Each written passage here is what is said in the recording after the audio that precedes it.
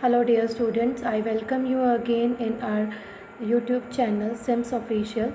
In this video we will continue the chapter The French Revolution, and today's topic is the revolution in everyday life.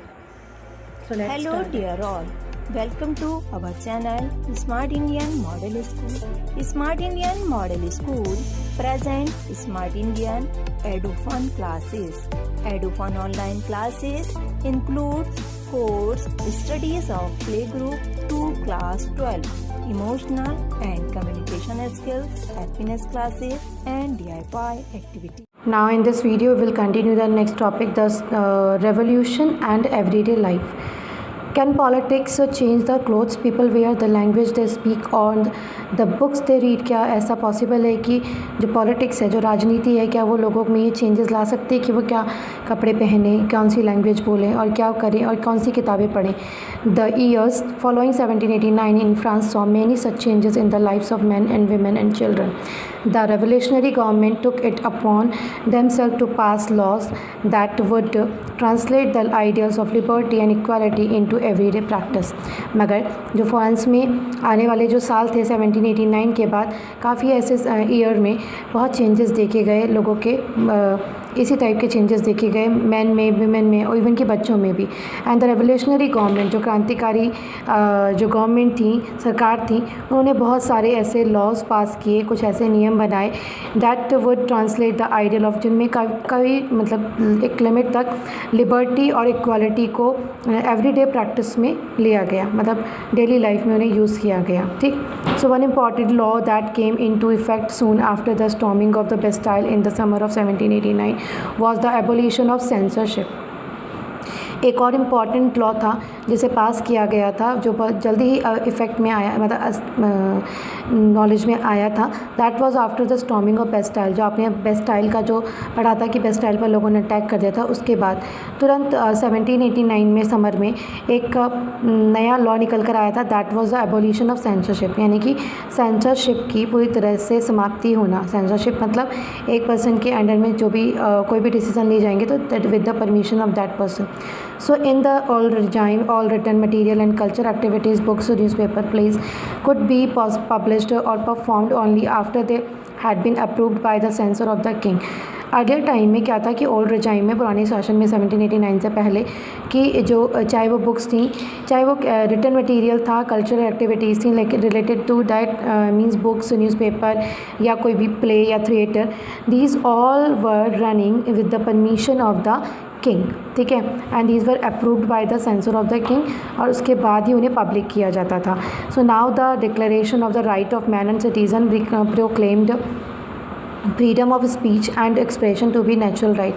मगर इसके बाद क्या किया गया, बाद में डिक्लेयर कर दिया गया, लोगों को ये राइट दे दिया गया कि they are just free, they have the freedom of speech. वो कहीं भी कुछ भी बोल सकते हैं, एंड एक्सप्रेशन, और अपने आप को एक्सप्रेस कर सकते हैं, and that was there natural right.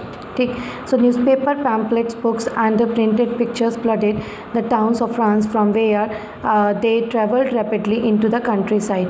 तो इस तरह से जब उनको ये फ्रीडम मिली तो न्यूज़पेपर, पैम्पलेट्स, बुक्स और प्रिंटेड पिक्चर्स, उनकी एक बाढ़ सी आ गई शहरों में, और वहाँ से फ्रांस के शहरों में, और धीरे धीरे वो जो बुक्स थी और जो ये न्यूज़पेपर्स हैं, ये कंट्री साइड यानी कि गाँव में भी फैल गए, मतलब वहाँ तक पहुँचने लगे. They all desired, they discussed the event and changes taking places in France. और इन सभी में क्या होता था, स्पेशली जैसे हम न्यूज़पेपर में पढ़ते हैं कि हमारे पास करंट न्यूज़ होती है, सो दे ऑल डिस्क्राइब, उनमें भी डिस्क्राइब किया जाता था और डिस्कस किया जाता था उन इवेंट्स के बारे में या चेंजेस के बारे में जो फ्रांस में लिए जा रहे हैं. Freedom of the press also meant that opposing views of events could be expressed. साथ ही साथ ये फ्रीडम भी थी, प्रेस को भी ये फ्रीडम थी कि वो अपोजिशन के ख़िलाफ़ कोई भी व्यू या कोई भी इवेंट एक्सप्रेस कर सकते थे अपने न्यूज़पेपर में. ठीक है. मतलब उनके लिए कोई भी आर्टिकल, जैसे आप भी देखते हैं कि न्यूज़पेपर में हर तरह की न्यूज़ आती है. So each side sought to convince the other of its position through the medium of the print. इस तरह से और भी अपने आप को पूरी तरह से एक्सप्रेस करने के लिए, कन्विंस करने के लिए या दिखाने के लिए कई बार जो लोग क्या करते थे कि वो प्रिंट का सहारा लिया करते थे. Print the pictures, plays, songs and festive processions.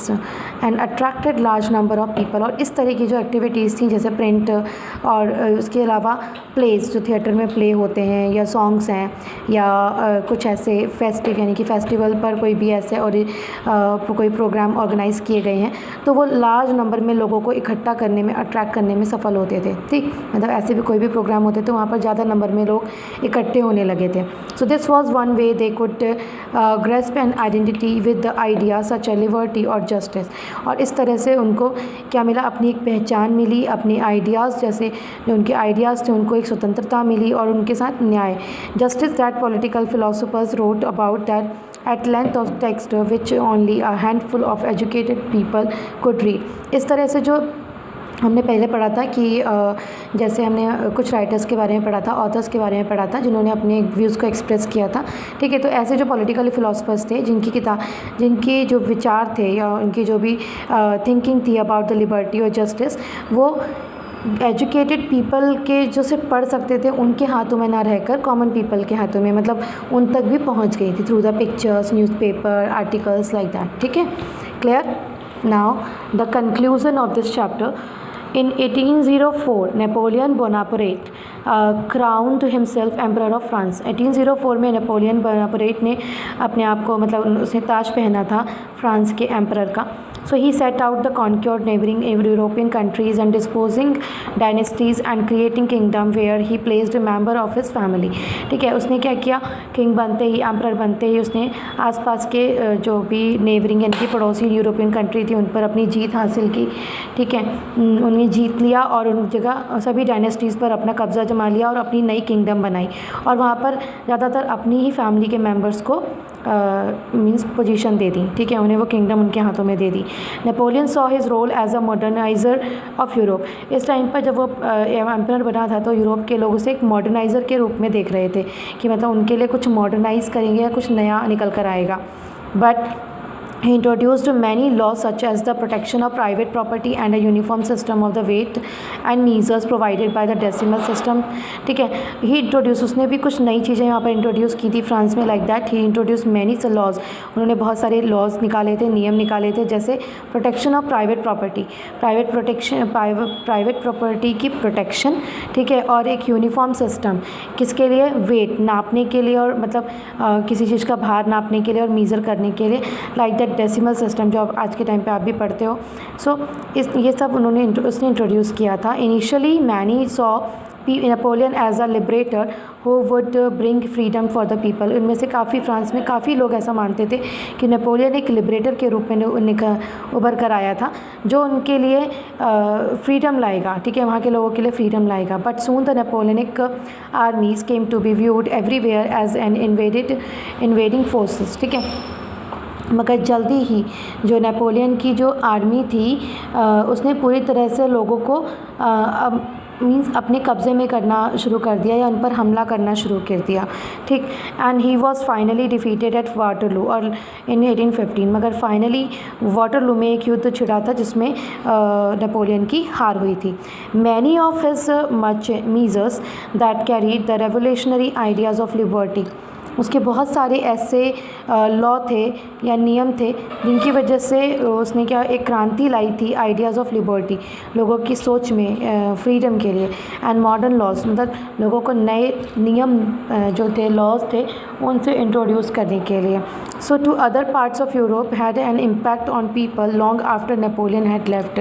मगर बहुत ही लंबे समय बाद यूरोप के जो लोग थे वो नेपोलियन की इस ट्रिक को या स्ट्रैटेजी को समझ पाए थे कि आखिर वो क्या चाहता था। वो he was not a liberator for them, बल्कि वो क्या कर रहा था, हर जगह अपने आप को पूरी तरह से लीड कर रहा था। ठीक है, वो पूरी तरह से अपना कब्ज़ा जमाना चाहता था। The ideas of liberty and democratic rights were the most important legacy of the France Revolution। इस तरह से जो हमारी स्वतंत्रता और जो लोगों के अधिकारों यानी कि डेमोक्रेटिक राइट्स की बात थी, दैट वाज वो एक बहुत इम्पॉर्टेंट मतलब एक लेजेसी थी, एक विरासत थी लोगों के पास जो फ्रेंच रेवोल्यूशन के थ्रू आई थी। ठीक, and these spread from France to rest of Europe during the 19th century में, जो 19th सेंचुरी में पूरे फ्रांस से लेकर पूरे यूरोप में फैल चुका था। एंड वेयर फ्यूडल सिस्टम और जहाँ पर जो फ्यूडल सिस्टम था जो हमने पहले पढ़ा था अभी, ठीक है, वॉज एबोलिश्ड, और पूरी तरह से जो फ्यूडल सिस्टम था वो पूरी तरह से ख़त्म हो चुका था।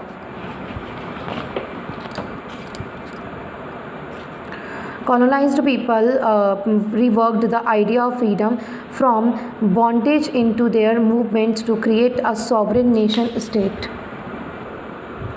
कॉलोनाइज्ड पीपल, जो कॉलोनाइज पीपल थे, रिवर्कड, उन्होंने अपने आइडियाज़, जो उनका आइडिया फ्रीडम को लेकर जो आइडियाज़ थे उन पर दोबारा मतलब उन पर वर्क किया, एंड फ्रॉम बॉन्डेज मतलब वो दास प्रथा से इनटू देयर मूवमेंट्स, अपने मूवमेंट्स के थ्रू मुक्त हुए, ठीक है, and to create a sovereign nation state, और उन्होंने एक ऐसा स्टेट बनाया, सॉवरेन स्टेट मतलब जहाँ पर सिर्फ जो पब्लिक है या जो सिटीज़न है उन्हीं की